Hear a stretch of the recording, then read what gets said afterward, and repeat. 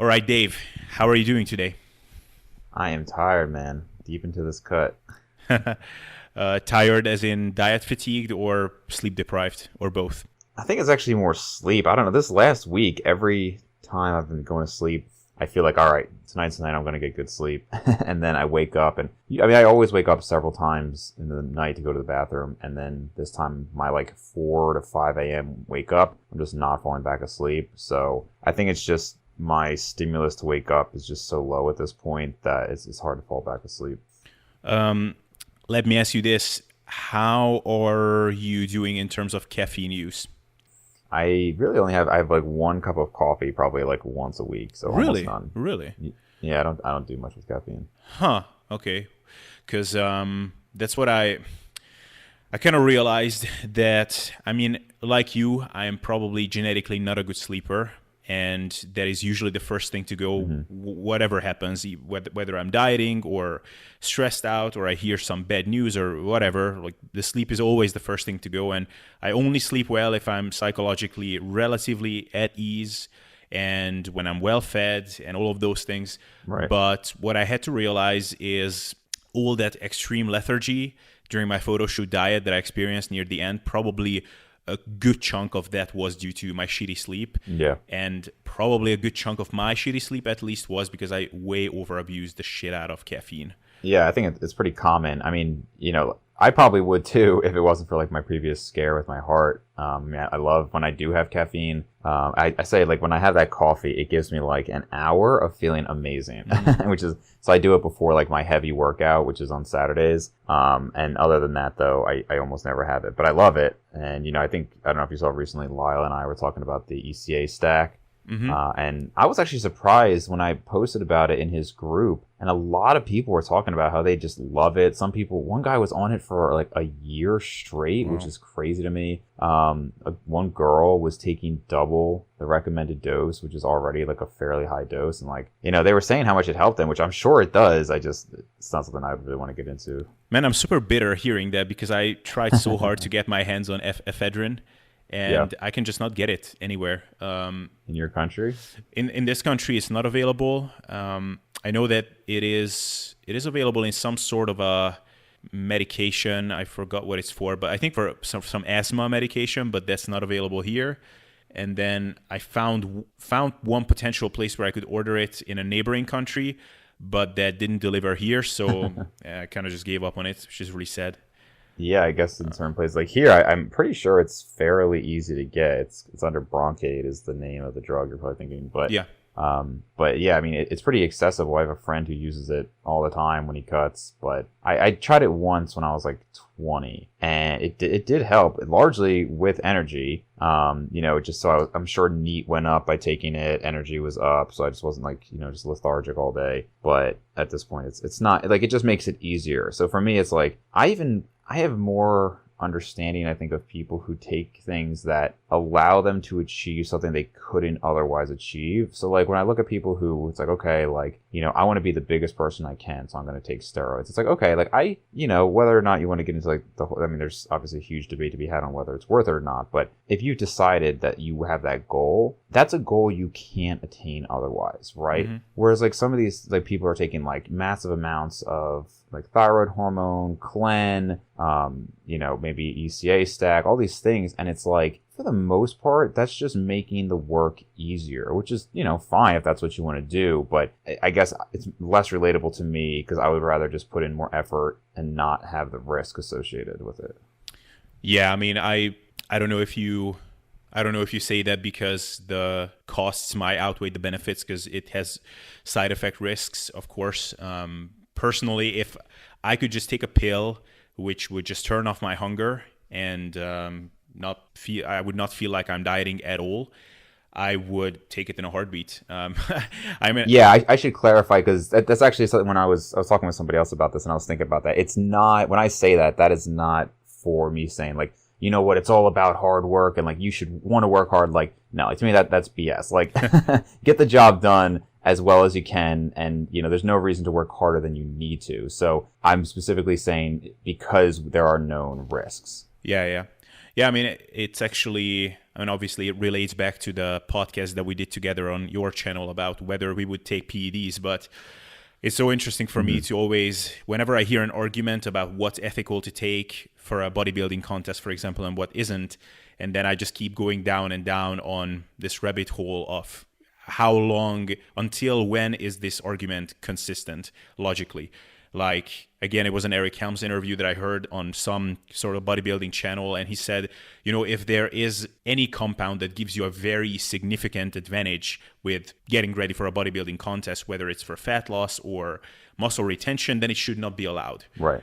And then, I don't know, shouldn't we then standardize people for their genetic hunger levels and their genetic set point and whatever, and make sure that all the playing field is completely equal? So if someone has just genetically much lower appetite and just walks around at 8% naturally, then let's make it harder for him. Like, that guy's only allowed to eat like white bread and table sugar for his carb source and whey protein for his protein source to make him hungrier, right? Like, it's such yeah, it's interesting. But yeah, I agree with you. Like, it's probably just for getting lean, it's not worth taking on significant risks. And yeah, I would probably just try out ephedrine to see how it feels, because honestly, caffeine is really great, but during most cuts, at least at one point, I kind of bites me in the ass in that, you know, you get into that perpetual vicious cycle of you sleep like shit, so you caffeinate the fuck up because you're hungrier and also you're just tired as hell. And then eventually I get to the point where it doesn't accomplish anything.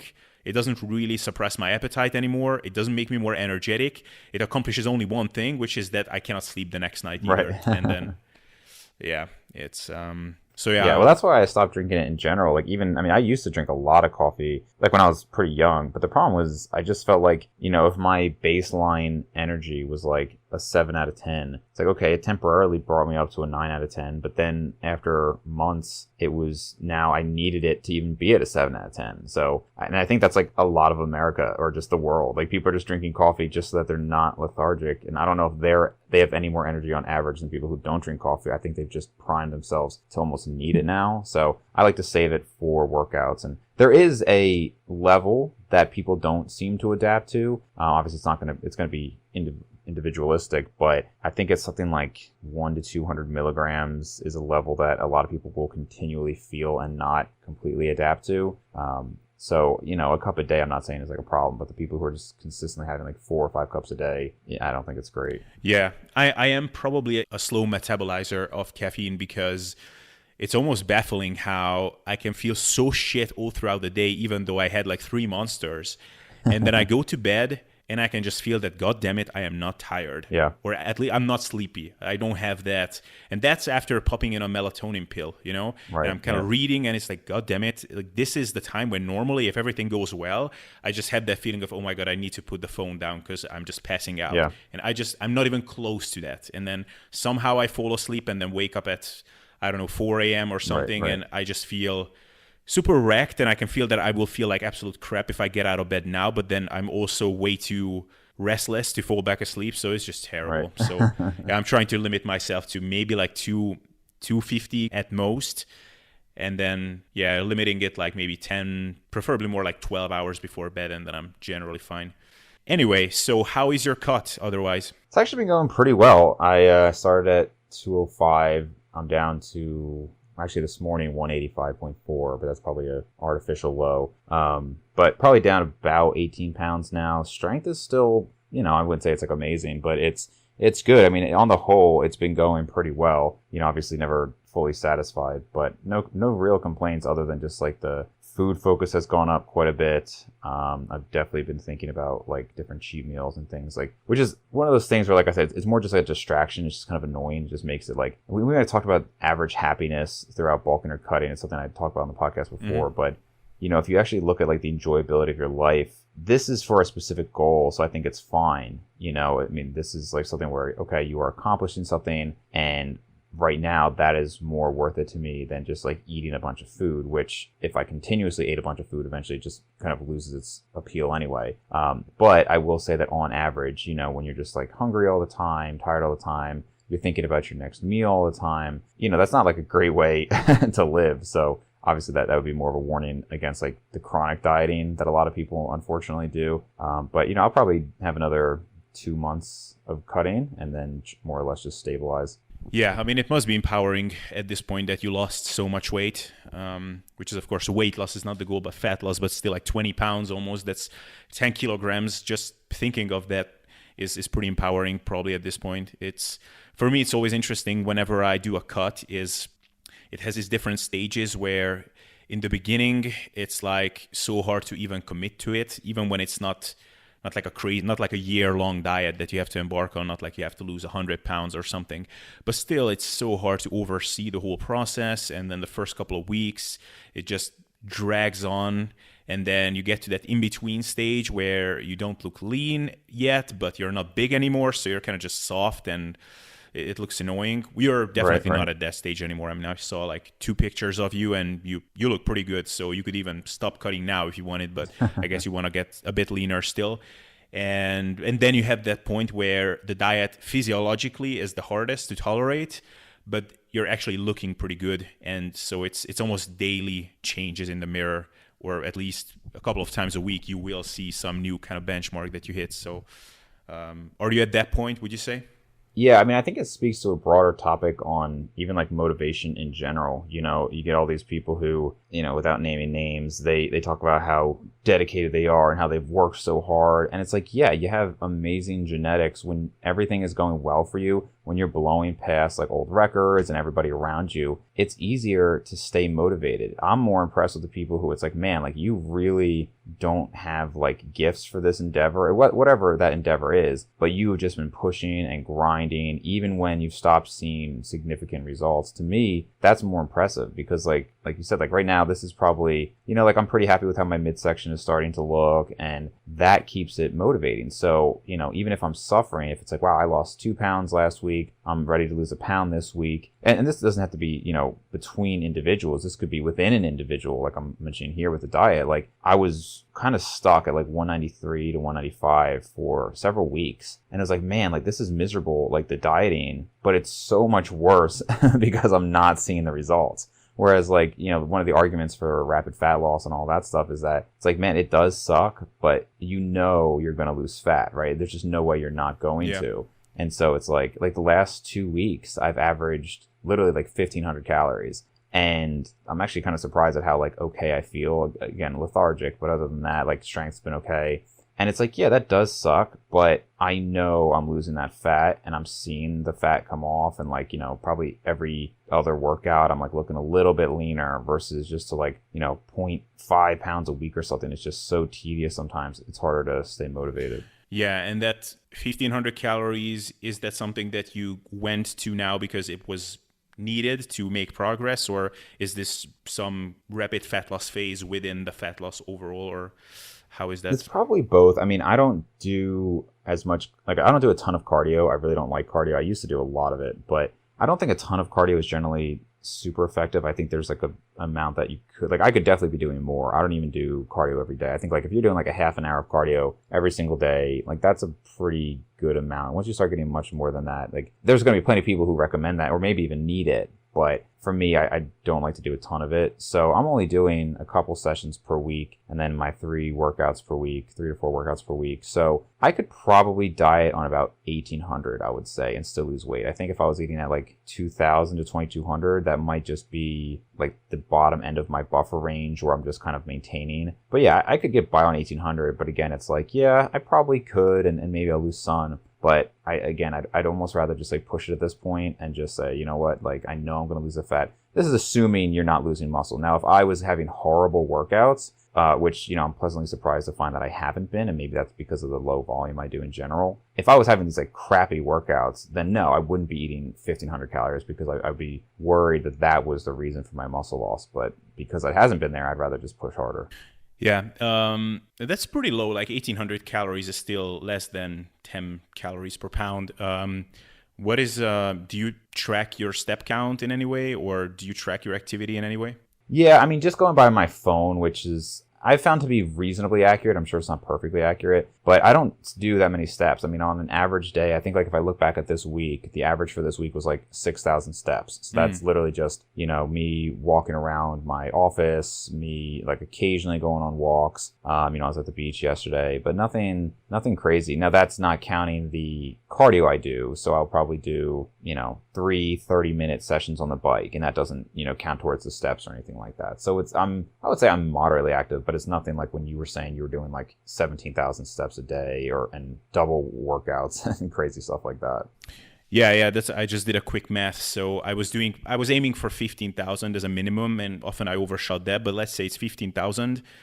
So if we assume that 2,000 steps is roughly 100 calories, then that would be about 450 calories more that I get to eat compared to you with 6,000 steps. Of course, it doesn't work out like that exactly, Right. but let's assume it does.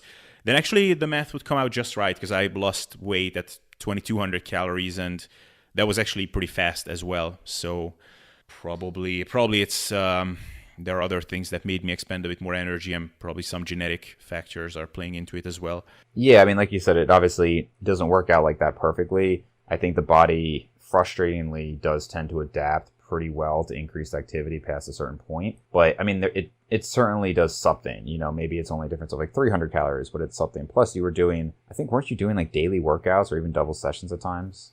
Yeah, I mean, it was basically, 7 days a week for the most part. And occasionally I did a double session, but that was just some unique days. Yeah, and what I'm finding is that I'll start off the workout and I'm fine. But I mean, as we talked about, I don't really do much volume. I mean, I definitely take too long to do my workouts. Like yesterday was my upper body workout, and it took me 2 hours to do that workout. And it's only 18 sets. So it was 3 sets of overhead press, 3 sets of pull-ups, 3 sets of bench, 3 sets of rows, 3 sets of curls, and 3 sets of skull crushers. That took me 2 hours. Now, part of that's because I'm in no rush. Like I'm at my house, I'm just kind of hanging out. I'm writing down like my sets on my laptop, like in between sets. So it's not, and it's fine. I don't have any reason to rush through it, but it's not like the super fast paced thing. But after that point, man, I'm just like, I don't want to do anymore. Like, especially now because I'm dieting. I mean, I guess that could be an argument for having more frequency. So every day you get to do something without having to be super long. But I just,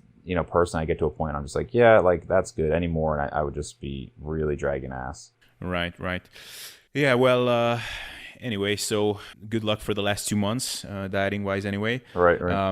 Just one thing that I wanted to mention, you mentioned the lower volume, and we were talking about doing these reaction videos on YouTube and how that might be a good way to generate some views. And I think I will do some in the future as well, because actually I always wanted to. It's kind of a shame because the reaction videos that I would actually want to do are more so from the things that people in our kind of circles said. Right. So not the Thomas DeLauers of the fitness world, but more like the whatever Mike Israel's of the fitness world. But for obvious reasons, I'm not gonna do that. I did it once, and it was a quick regret when I did that. But what was it on?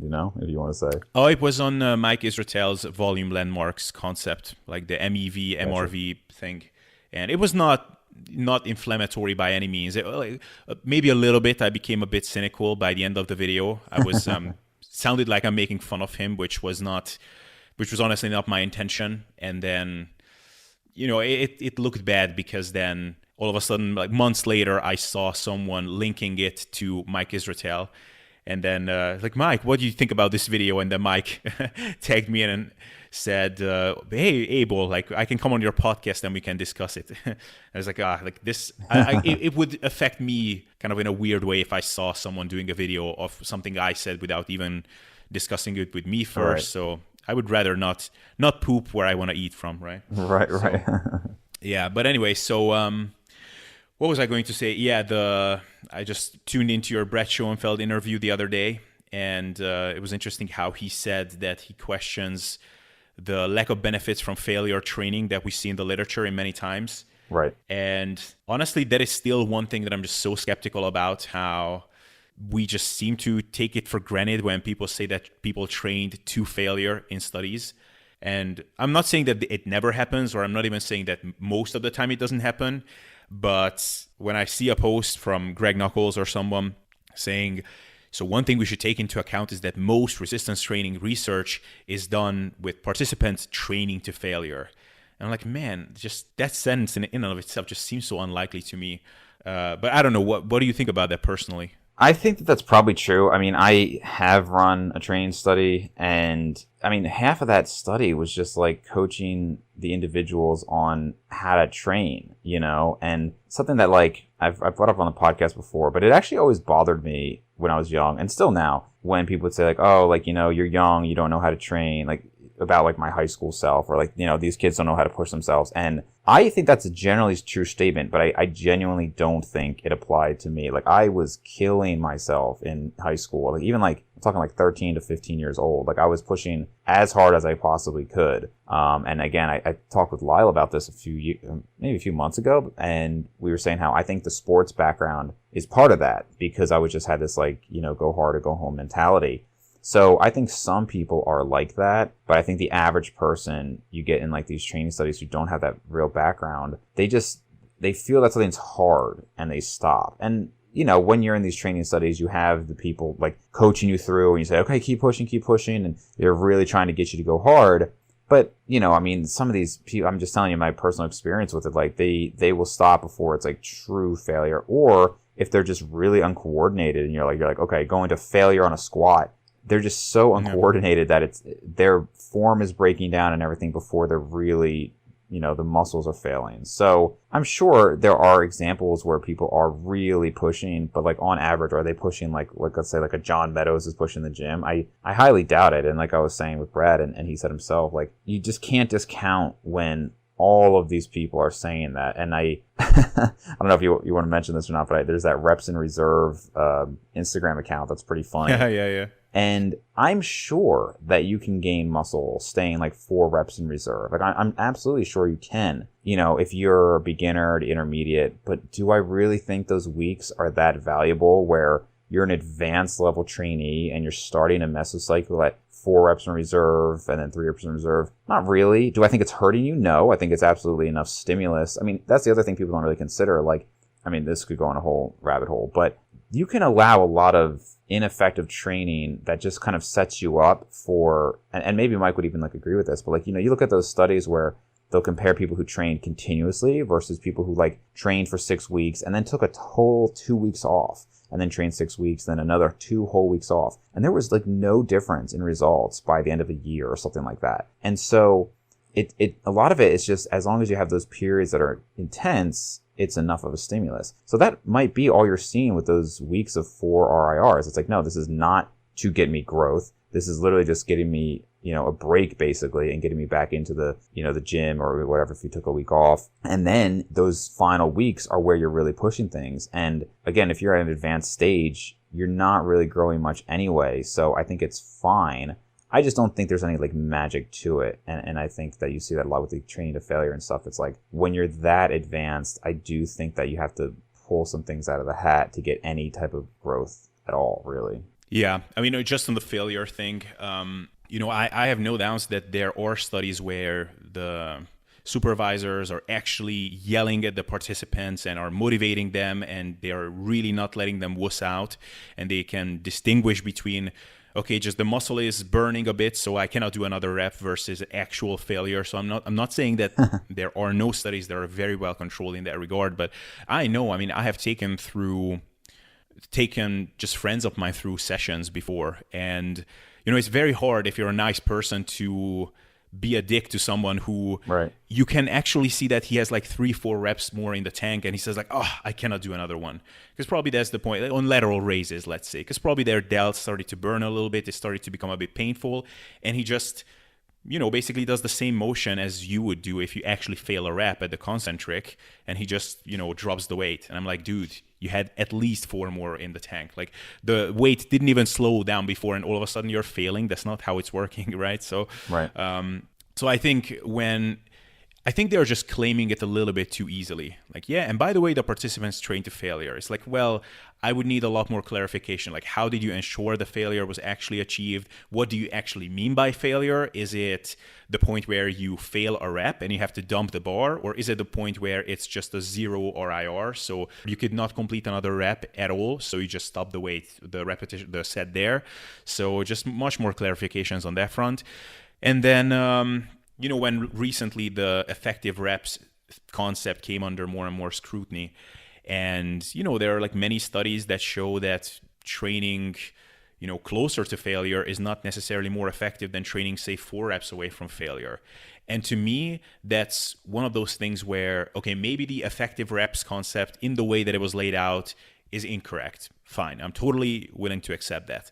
But the idea that it doesn't matter at all whether you train 1 rep away from failure versus 4 reps away from failure is one of those things where, that meme that I sent you where you're not smart enough to like specifically tell the other person why they are wrong, but you know that it's wrong. Right. like evolutionarily, logically, just in no way does that make sense. Yeah.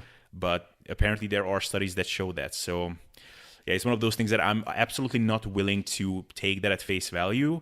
It's one of those things like, okay, let's investigate that and let's find out why the discrepancy exists. I think I just want to add one point there is this kind of goes back if you look at like what Brad and I were talking about with the volume and non-responders. And he was saying he wants to look more into that research. And it really does seem like the non-responders, and this is a whole thing you can get into too, but like when you add more volume, you have fewer non-responders. And on average, like 15 sets works better than 5 sets.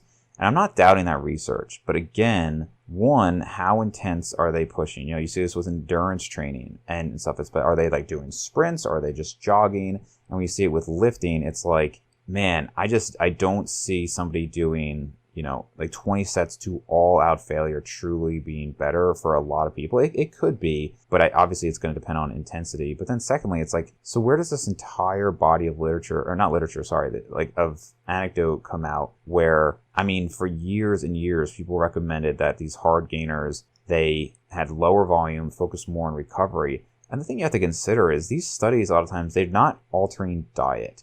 And I'm not saying they should alter diet, that would just be too many variables. But what I'm saying is like, if you're gaining weight and you're weight training, you're going to gain lean body mass. Like nobody just gains 100% pure fat. So then you have to consider like, okay, so is this person then able to, if I have somebody now who I'm training who we dropped their volume to probably like half of what it was and their strength is going up, and it's only been a month so far, but their strength is going up well, and I'm at the level where I want with them, and I might add a little bit of volume, but I don't ever see getting to this individual to a point where they're doing 15 to 20 sets per body part, at least not for not anytime soon. And I really do think that, you talked about, what you're seeing in the studies and you just kind of wonder about it. I think obviously the intensity, but I also just think going back to not being able to ignore what we see in real life is there's just so many anecdotes of people saying, I was doing all this volume, I dropped it, now I really push myself. And I don't know if you're overly familiar with DC training, like dog crap training with Dante Trudel, but that is a fairly low volume, reasonably high frequency routine. And it's just all out balls to the walls training. And I feel like I see more people succeed with stuff like that than I do with like really high volumes and, saying 3 or 4 reps away from failure, just personally. Yeah, exactly. It's, and part of it is just, the more volume you do, the more likely it is that you will have to tweak a lot more things. You will have to take a lot more the more complexity you introduce, the more room there is for screwing things up. And I don't think that you have to take it to the extreme. Like, I don't think you have to do something super, super minimalistic, because that's the other problem that, I followed some of these schemes earlier on. It was super low volume, trained very close to failure, and he just tried to add weight to the bar. And very quickly what happened to me is I would go to the gym 3 days a week and went up to about an 82.5 kilogram bench for 4 to 6 reps, and after some time the weight just went nowhere. I could just not add more weight to the bar. And that was the point where I had to increase volume a little bit. I also increased frequency a little bit. It wasn't a crazy big jump, but going from, say, 3-4 sets a week to about 10 sets a week, maybe 8 to 10 sets, and all of a sudden things started working again. And I think, so you don't have to go crazy with it, but I do think that too many people jump the gun too fast on these super high volume, super complex periodization type stuff. And, I mean, it is true in general that most people don't look big and jacked because most people don't have amazing genetics, but I very frequently see these guys not looking big and jacked.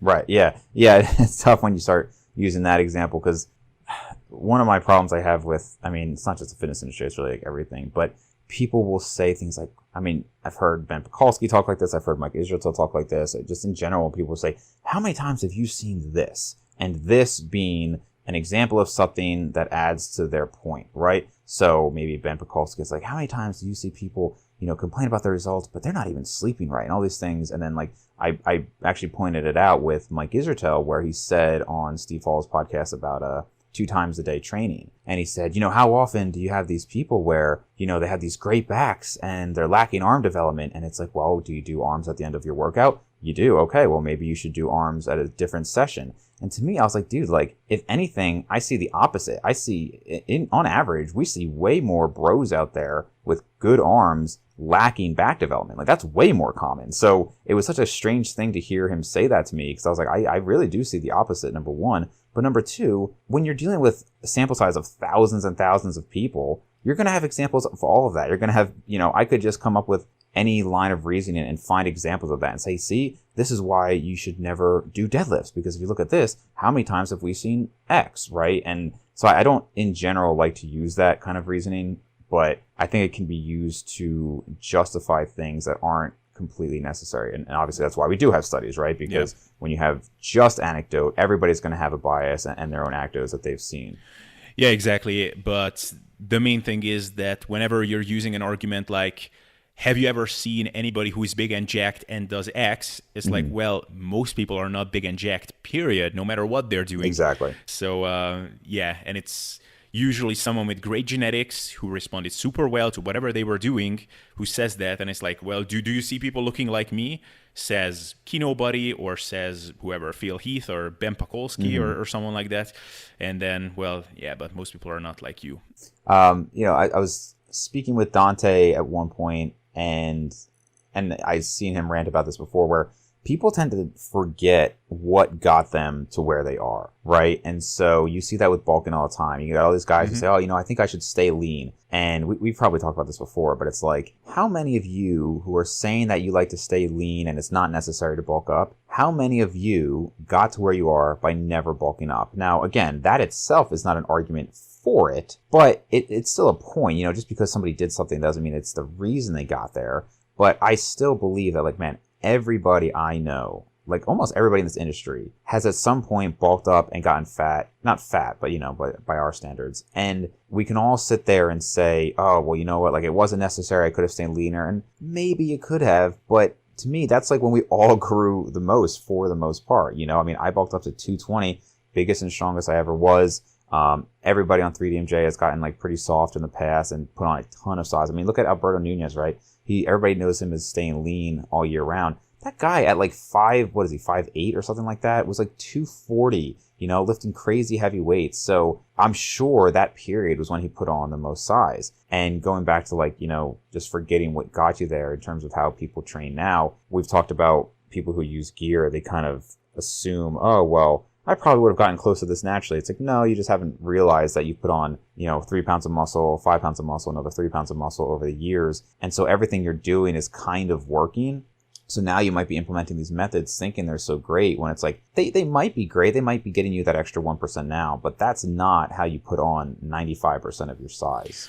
Yeah. Since you mentioned this, we were just talking about this, how the people who say drugs only help a little bit, they lose perspective. Because probably what happens in a lot of cases is, yeah, sure, there are those crazy transformations when someone does the first cycle and they put on 10 kilos in a month or whatever, maybe not something as crazy, but something drastic where no somewhat reasonable person would say that, okay, this is not an insane amount of muscle to gain, which there is no way that you could gain anything similar to that naturally. So obviously there are those cases, but then probably a lot of them are just making slow, steady gains. Maybe they're putting on like a pound a month, 2 pounds a month or something.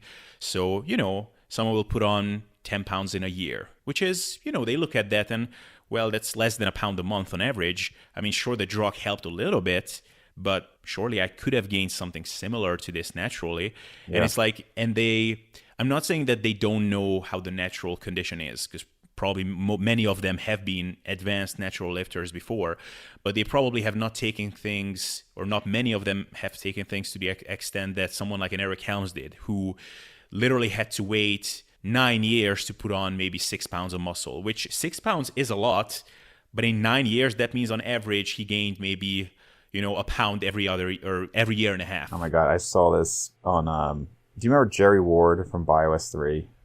Yeah. So it's funny how, like, when I started the podcast, I was like, okay, I just want to be like very proper all the time. Not really, but like, I would always speak my mind, but I've gotten more outspoken and I have no problem saying that Jerry Ward is just one of the biggest morons I've seen in the industry. And I remember him saying, he was like, so he's like 5'9" or something like that. And he was like a very lean 195. And he was like, he's used everything in the books. He'd used myostatin inhibitors, GH, insulin, steroids, just everything. And, he was my example for two things. One was how people have such a distorted view of what's possible, because he says himself that when he was natural, he was blowing past his friends, that he was winning like natural teenage competitions. And even then, with all of that, all of the gear, massive amounts of gear for decades, he still only competed at like 205. So, and he was also saying how he never really got completely shredded. He never got like completely diced.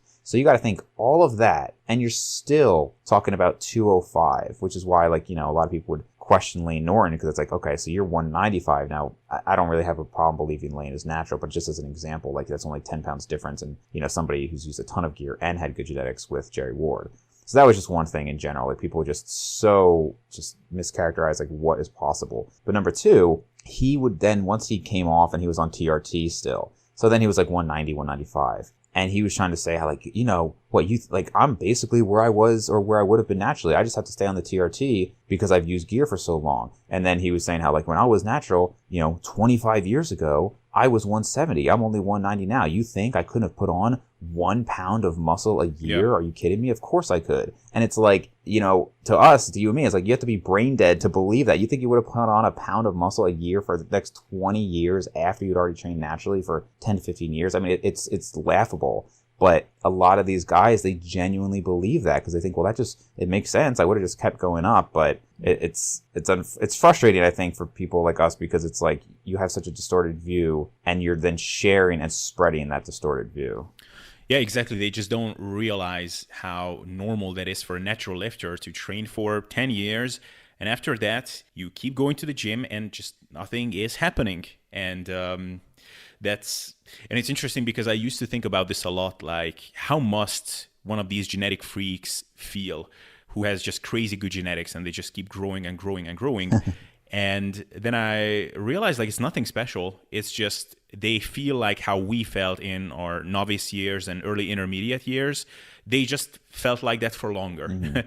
Like, we went to the gym, and every couple of months we were like, oh, wow, I got bigger here. And wow, this arm wasn't that big. And my chest wasn't so, popping and all of those things. And after some time, we just stopped having those moments. Or maybe we had it like every year.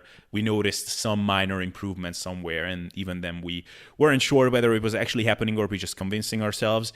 And these people just had it for longer. Ronnie Coleman, which I think you've heard that podcast episode that he did with Joe Rogan now. I did, yep. But he says that he was natty until age 30. Now, I personally don't have a problem believing that. I personally would not be lying about something like that if I was him. Right. Which, of course, doesn't mean that he's not lying about it either. Like, I can come up with reasons for which he would lie about that. Maybe he wants to further his legend by, I don't know, people referencing him like what a freaky genetic gift he had, that he was still natty at that crazy impressive physique at age 30. Right. But if he was natural, then it is just insane. And basically what you're seeing there is someone who achieved a super impressive physique by, say, age 22, and then just keeps growing and growing, and age 25 a bit bigger still, and then age 27 a bit bigger still.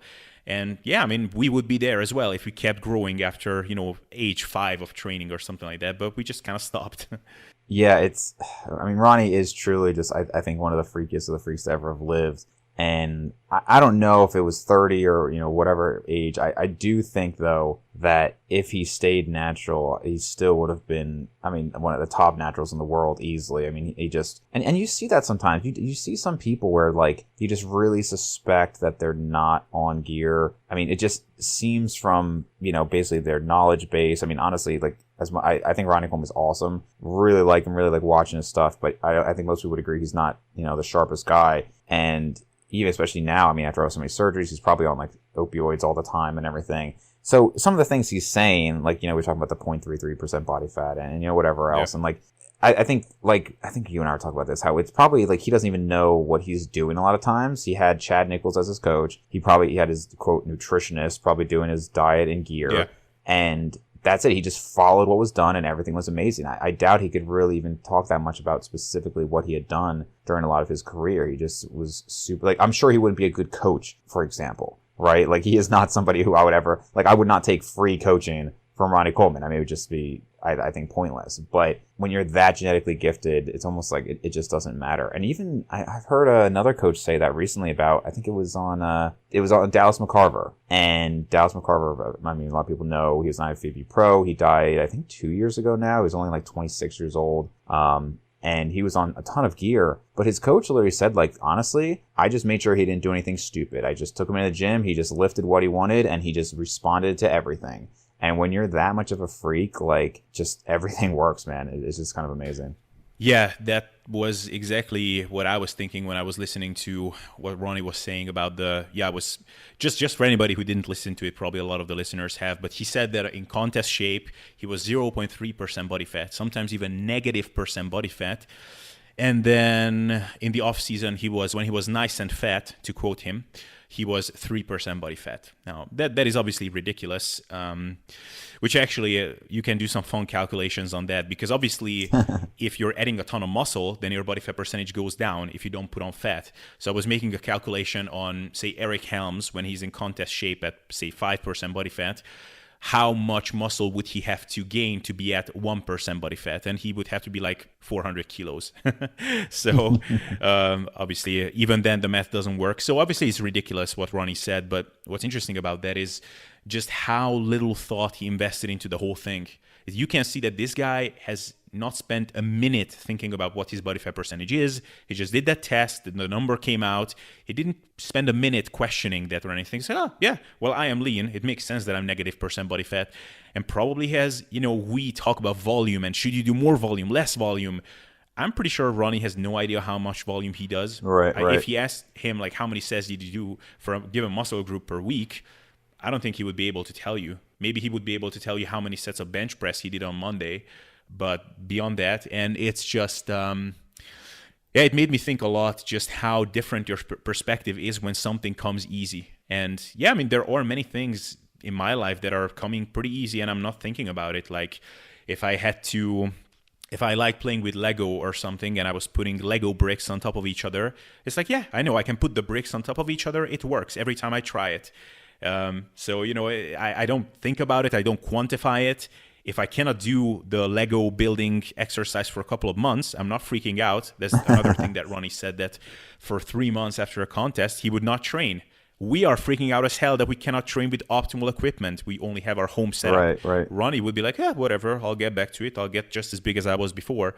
So it's just, it's crazy, the difference in perspective. Yeah, and anybody who watches my channel knows that I talk about genetics a lot, and that was what my post was about on Instagram regarding the podcast with Ronnie Coleman, was just that, okay, so he said he had like 21-inch arms in college, and I can believe that. I'm sure he wasn't as lean in college, so you got to consider, okay, they only grew 30 inches, but he also, first of all, the growth from 3 inches from 21 to 24 is obviously different than like 14 to 17 inches. but then also he was probably significantly leaner when he was bigger and, in his prime and on a lot of gear. But I just think the genetic variability is so interesting because people, obviously there's like a pride thing to it, right? And when it comes to sports, more people are, some people are ignorant enough to think like I could do that, but most people acknowledge that maybe they couldn't be a professional basketball player. But when it comes to muscle growth, everybody just thinks it. I think it's because they see that they can change and they just assume it's going to be linear, right? Like I think I mentioned this to Brad Schoenfeld, was that on Instagram, there was somebody asking about this kid, if you go like official Tristan Lee on Instagram, and he's like this super, super short kid, like 4'10" maybe. And it almost looks like he has like a growth abnormality or something, but he is ridiculously lean and people question if he's natural or not. I have no idea if he is or not, but he's very small, but he's incredibly lean. And this guy was posting on there saying, oh man, like, are you kidding me? This is easily attainable naturally for anybody within 5 years of serious training. And it's like, dude, look around you. Look at even like other influencers who look nothing like this, who have been training for like 10 to 20 years. Well, lo and behold, he's been training for 10 months and he's like, I'll be there. And I remember somebody saying Michael Hearn was natural. This was like 5 years ago. And lo and behold, he was training for less than a year, right? And it's like, both of them said like, oh, I'll get there soon.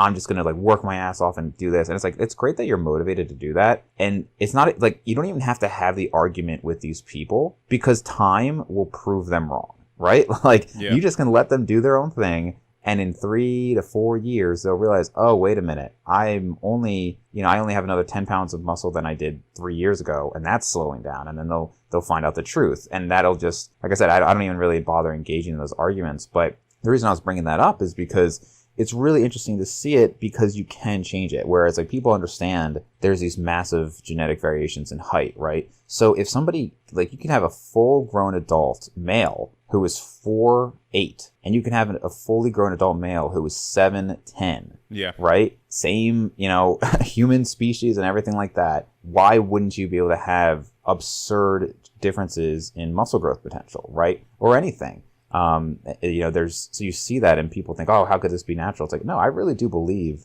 there are just some freaky freaks out there when it comes to muscle growth. And like you said, the easier it comes to them, the less that they really think about it. Yeah, exactly. Although probably a lot of people are listening to that and are hitting like Jason Blaha heights in their argumentation and will say things like, well, Dave, if you think that that's possible naturally, then why aren't you that big? So let's not reach that level, people. But, just like what you said about height, I mean, who was it?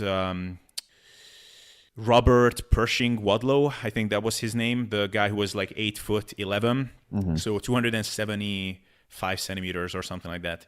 And he died at age 22 in some stupid foot infection. And when he died, there was no sign of him slowing down in growth. Really? So he had that pituitary disorder or something, which, just made him grow endlessly. So probably if he lived another 2 years, he would have been well over like 3 meters. So, if that can exist, why can't there be some sort of myostatin deficiency or some of those mechanisms in the body that stop you from growing as much as you would want to? And steroids, see some of those mechanisms. Like, why isn't it conceivable that someone could actually grow that much? And that, I actually saw a video on Ronnie Coleman's steroid cycle. Is that the one where he was talking with Lee Priest or not Lee Priest? Tom Platz, yeah. Yeah, this guy posted it on YouTube. And it's, really the dosage is nothing. From what I know, up to 1 gram is sort of the recreational dosage range. And then the pros are in the 1 to 3 gram range. And then there are those insane guys that are taking up to 10 grams or something. Right. And I think Ronnie was not even 2 grams or something.